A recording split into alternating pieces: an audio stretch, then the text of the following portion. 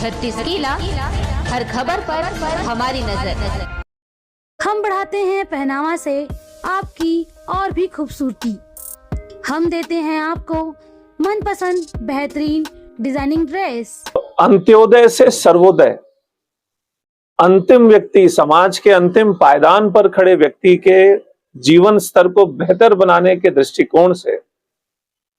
पूरे भारत देश के हर भूभाग को विकास से जोड़ने के लक्ष्य को लेकर अंत्योदय से सर्वोदय, इस दृष्टिकोण से हम लोग इस बजट को देखते हैं। आत्मनिर्भर भारत की परिकल्पना को साकार करने वाला यह बजट है और वसुधैव कुटुंबकम के भाव से जो भारत की गौरवशाली परंपरा का हमेशा एक मूल मंत्र रहा है, तो पूरे विश्व में, समूचे विश्व में भारत की सामाजिक और आर्थिक परिस्थिति को बेहतर करने वाला यह बजट है। अब मैं कुछ बिंदुओं का उदाहरण आपके सामने रखना चाहूंगा कि कैसे इस बजट में हमारी वित्त मंत्री माननीय निर्मला सीतारमण जी ने आदरणीय प्रधानमंत्री जी के विजन को ध्यान में रखते हुए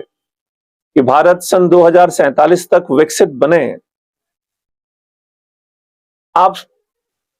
सभी भली भांति जानते हैं कि हमारे ग्रामीण अंचलों में स्व सहायता समूह के माध्यम से महिलाएं बहुत अच्छा काम कर रही हैं। वो अपना संगठन बनाकर छोटे छोटे उत्पादों को लेकर उसको मार्केट तक ले जाने का एक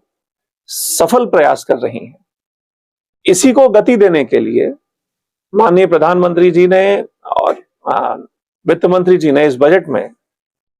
सेल्फ हेल्प ग्रुप की महिलाओं को जोड़ते हुए she budget, she mart, SHE, she mart के नाम से इस योजना को लाया है, जिसमें विभिन्न क्षेत्रों में महिला समूहों के द्वारा उत्पादित जो उत्पाद हैं उनको मार्केट करने का एक बड़ा प्लेटफॉर्म तैयार होगा।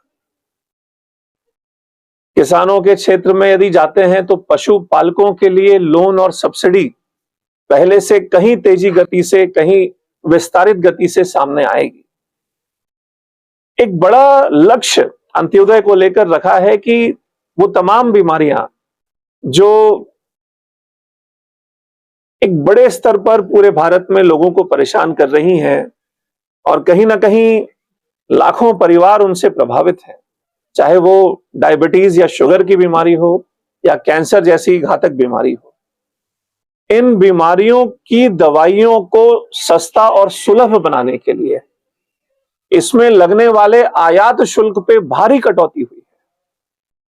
और ना सिर्फ कैंसर बल्कि अन्य ऐसी 17 दवाइयां हैं जिसमें चाहे ग्रामीण अंचल हो चाहे शहरी अंचल हो, लाखों रुपए खर्च हो जाते हैं, लंबा इलाज चलता है। तो मैं तो प्रधानमंत्री जी को धन्यवाद देता हूं कि स्वास्थ्य जैसे इस महत्वपूर्ण और संवेदनशील विषय पर इस बजट ने एक बड़ी उपलब्धि की है।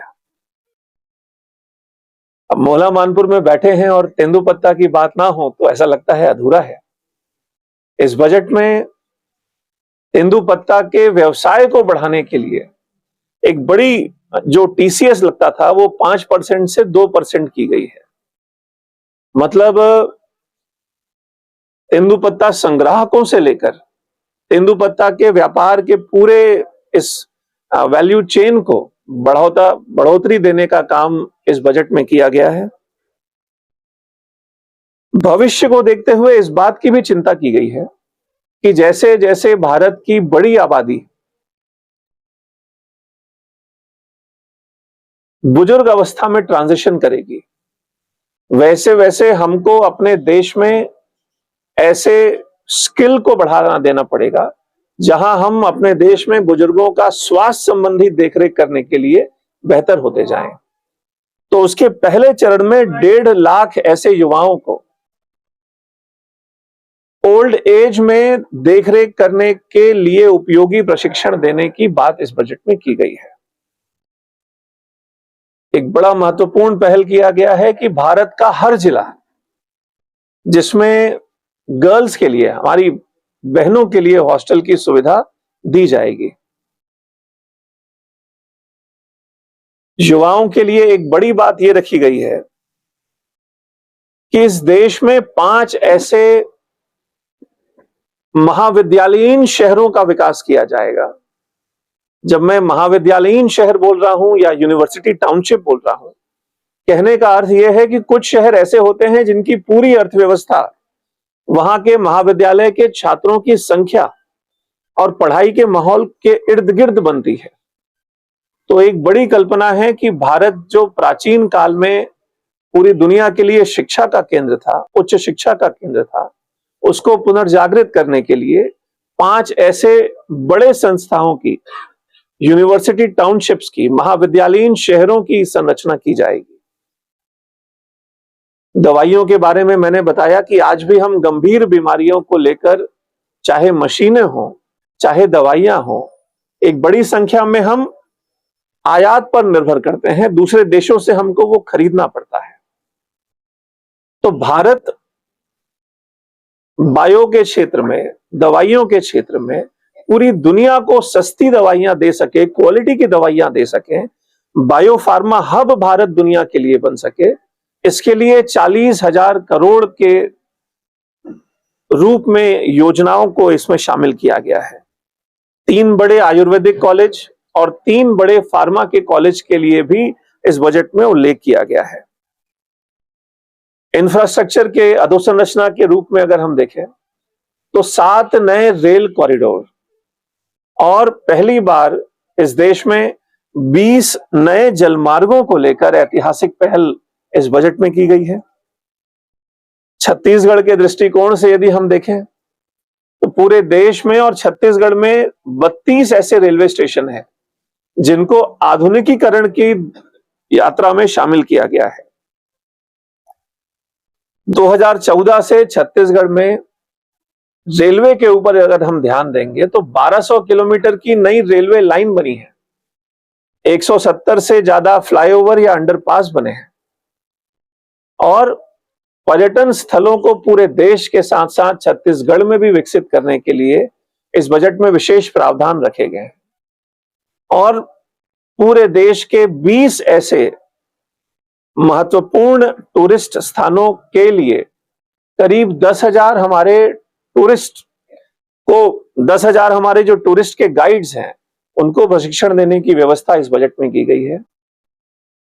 अब एक छोटा उदाहरण मैं आपके सामने इस बजट का रखना चाहता हूं कि कैसे पहले की अपेक्षा पिछले कई सालों में जो भारतीय जनता पार्टी के बजट आ रहे हैं उससे इस देश में क्या परिवर्तन हुआ है। देखिए, 2014 के पहले शिक्षा में अगर औसत रूप से हम देखें तो 39,000 करोड़ प्रतिवर्ष खर्च होते थे बजट का प्रावधान, जो भारतीय जनता पार्टी की सरकारों में अब 1,39,000 करोड़ का शिक्षा का बजट चलता है। रक्षा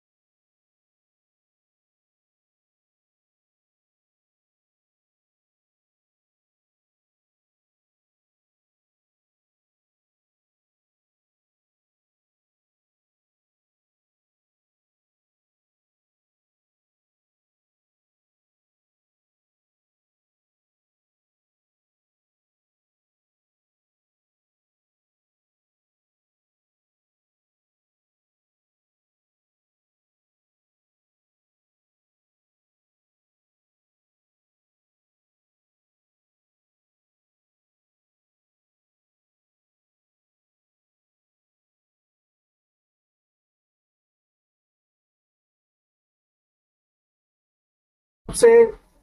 आदरणीय नरेंद्र मोदी जी के नेतृत्व में अंत्योदय से सर्वोदय के दृष्टिकोण से और आत्मनिर्भर भारत से वसुधैव कुटुंबकम के मूल मंत्र को ध्यान में रखते हुए आगे बढ़ रहा है। और इस बजट को अंतिम गांव तक, अंतिम व्यक्ति तक पहुंचाने में आप सबका सहयोग पहले भी मिलता रहा है और इस बार भी मिले, यही शुभकामना करते हुए आप सबका मैं बहुत बहुत धन्यवाद देता हूं।